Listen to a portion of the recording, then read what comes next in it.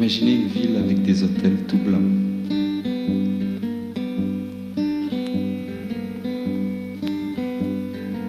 Dans l'est de la France, il fait froid l'hiver. Au milieu de la ville, il y a un kiosque à musique. Et 3 ou 4 types venus de Paris jouent l'été de la musique classique. Mozart, Debussy, les valses de Strauss. Tout autour, il y a d'autres types qui ont des verres d'eau à la main, puis qui boivent un petit coup de temps en temps. Sur les verres, c'est marqué Contrexéville. Ah oui, ça existe.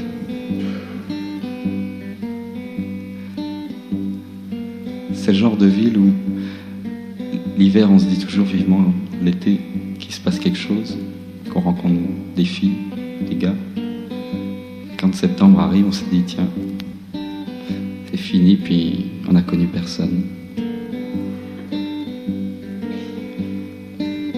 Ma mère était serveuse de restaurant à l'hôtel des Vosges. Et mon père était ouvrier, cheminot à la Société nationale des chemins de fer français. Ce qui fait que je voyageais à l'œil.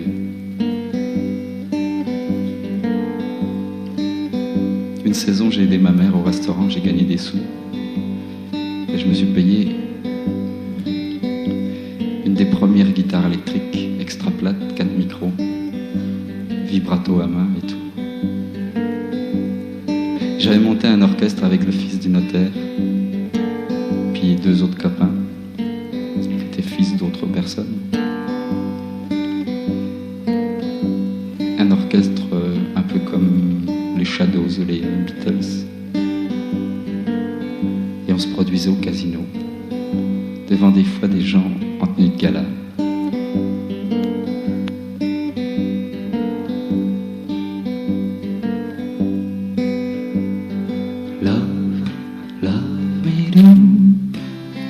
You know I love you. I always be true. So please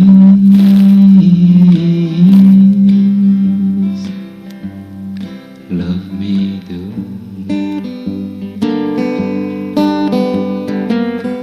Et puis, je suis parti à l'université par un vieux réflexe un peu intellectuel, un peu coincé. J'ai laissé tomber la guitare électrique pour une acoustique. Il y avait Brassens qui régnait à cette époque. On n'avait encore pas connu Jimi Hendrix.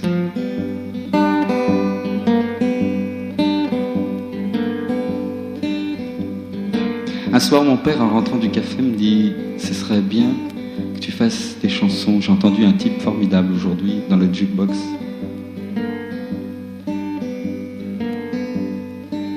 Et puis j'ai fait des chansons. Hey, Mr. Tambourine Man, play a song for me.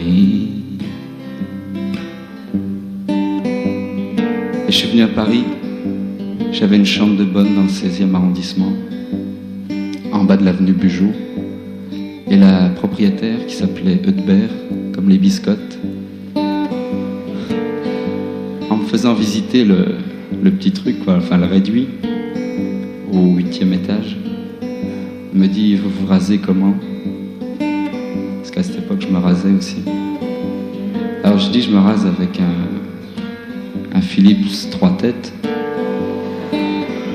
Elle me dit, il va falloir changer parce que j'ai fait supprimer toutes les prises de courant, vous comprenez, on me piquait tout. Alors je me suis mis à me raser à main.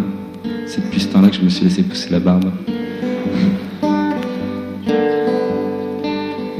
C'était vraiment une vieille pro parce qu'elle avait aussi cadenassé la lumière du plafond. Elle avait vraiment mis un couvercle avec un verrou pour qu'on ne lui pique pas avec une douille volante son électricité. Et j'ai fait un concours de la chanson. Vous vous souvenez peut-être, il y avait à la télévision le dimanche après-midi sur la première chaîne, une émission présentée par l'homme au clavier étincelant, Roger Lanzac. Et il y avait des amateurs qui venaient chanter, pousser une petite chansonnette. Et là, j'ai été sélectionné brillamment. J'ai concouru avec Mireille Mathieu. Et ce jour-là, j'ai perdu. Ils ont changé ma chanson.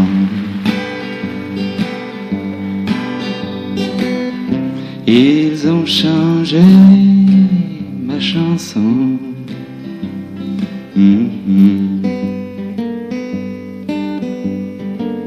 Comme je voyageais gratuitement, j'ai continué à aller souvent à Contrexéville, voir mon père et ma mère, puis les petites copines que j'avais là-bas. Sur les bords de la Moselle, j'avais un amour qui me faisait des quenelles, des patates au four. Elle me cuisait des tartes aux myrtilles, en glissant de ses lettres des jonquilles. Sur les bords de la Moselle, sur la voie ferrée, de Nancy à Vittel, mon père travaillait. Il rêvait de l'Orient, de la Perse, en serrant les éclisses des traverses. Sur les bords de la Moselle, je prenais le train. J'allais voir Mirabel les jeudis matins. Dans les squares d'Épinal, on s'envoyait